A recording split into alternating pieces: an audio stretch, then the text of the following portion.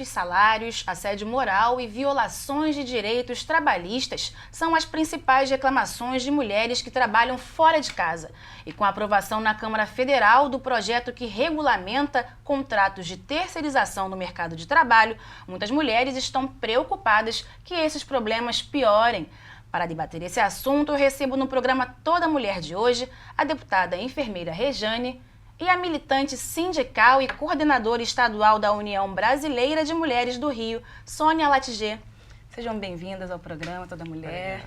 Para começar o debate, a terceirização ela já é permitida no Brasil. O que esse projeto traz de diferente? Na realidade, primeiro a gente tem que analisar o que foi essa luta das mulheres durante anos, né?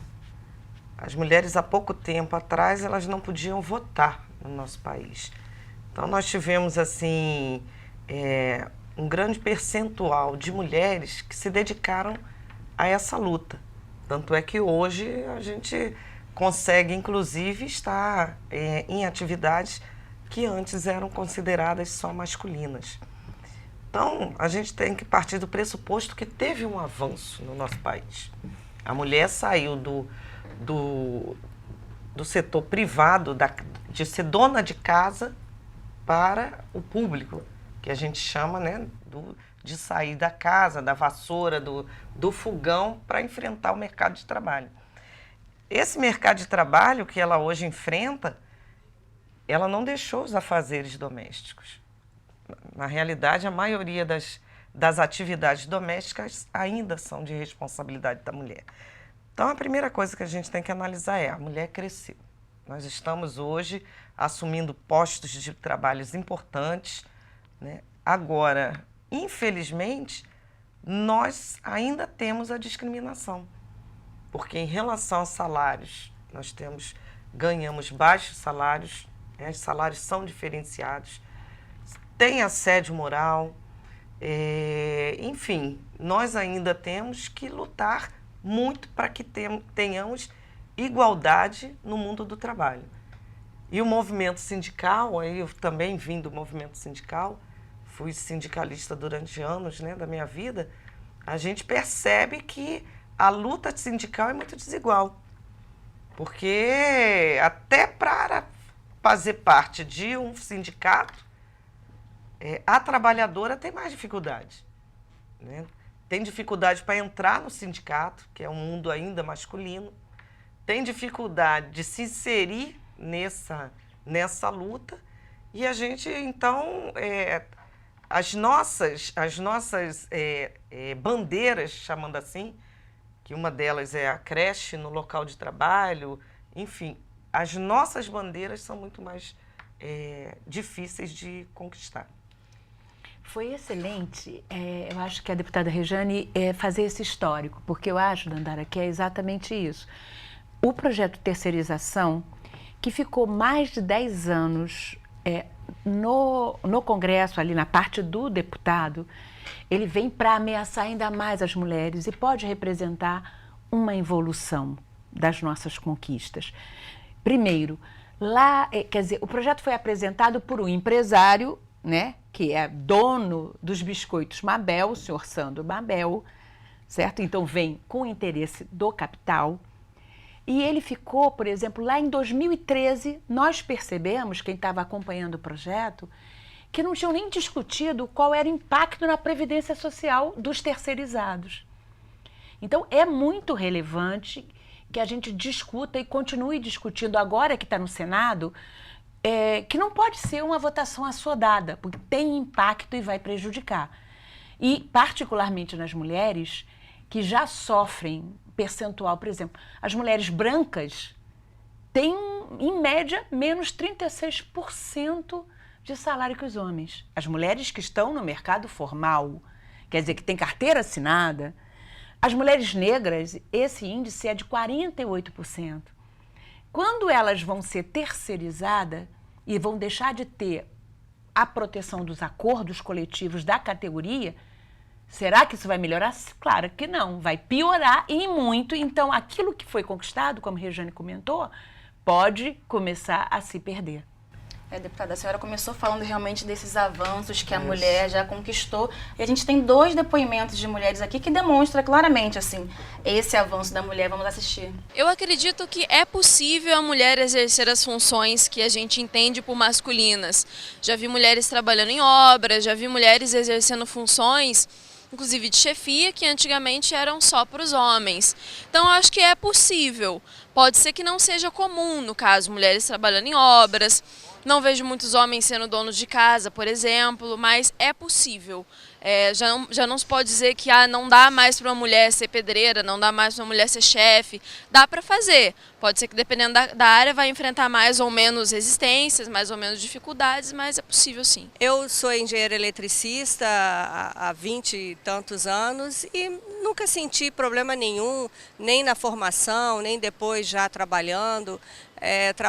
Sou a única mulher num grupo de uns 4 a 5 eletricistas e eu me sinto igual a todos eles. São 2 depoimentos que deixam muito claro, de fato, né, o avanço que a mulher teve com relação ao trabalho, com relação à equiparação, né, de salários. Como que esse projeto da terceirização, vocês acham que pode prejudicar, de fato, as mulheres? Eu falo o seguinte, já foi difícil a gente conquistar, né, esse mercado. Hoje, quando a gente vê um projeto desse sendo debatido lá em Brasília, a gente percebe que a gente está evoluindo. Ou seja, nós estamos andando para trás, pô. Estamos andando para trás.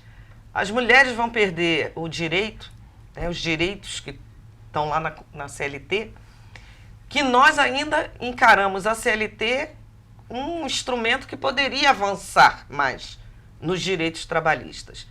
Mas a gente tem aquilo ali. E por que nós vamos perder esses direitos? Com a terceirização, você é utilizado como uma mão de obra barata.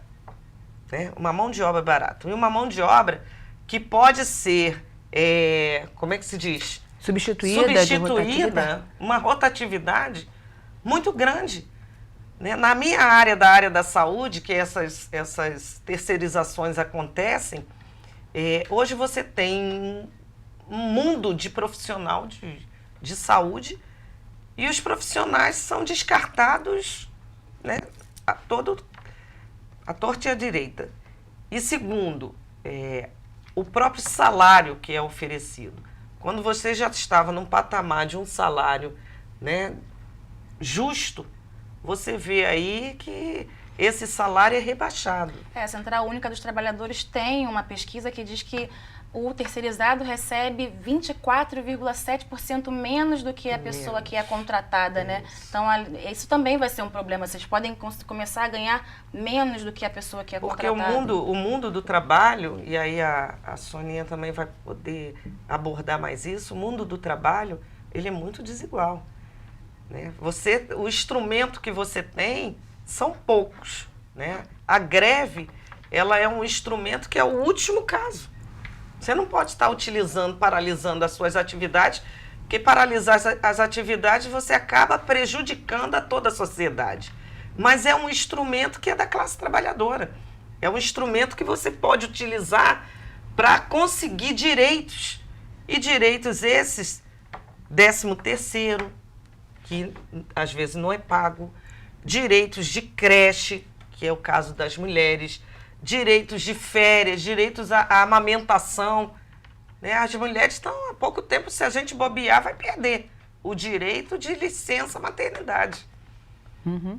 Eu estou com um caso no próprio gabinete de uma organização social que assumiu um hospital e que dava o direito das mulheres de tirar a licença maternidade, 180 dias. E que agora está reduzindo esse direito. Quer dizer, então, a gente começa a perceber que até a própria humanidade, enquanto seres humanos, podemos sofrer um impacto. Porque as mulheres, ao irem para o trabalho, elas vão acabar, né, não querendo mais ter filho, porque você não tem onde deixar, porque você não tem condição de criar. Então, está em risco, eu acho, né? Começa devagar, mas isso é importante a gente discutir. Então, todos esses direitos trabalhistas, eles tão ameaçados com essa terceirização, Como a senhora com esse vê projeto essa de questão, lei. Sônia? Olha só, acho que a toda mulher e a oportunidade que a deputada dá a gente, que, né, eu sou uma militante feminista há mais de 40 anos e tive minha vida no movimento sindical. Eu não tenho dúvida que esse projeto, que agora está chamando de 30, PLC 3015, precisa ter uma grande reação dos trabalhadores, mas em particular das mulheres.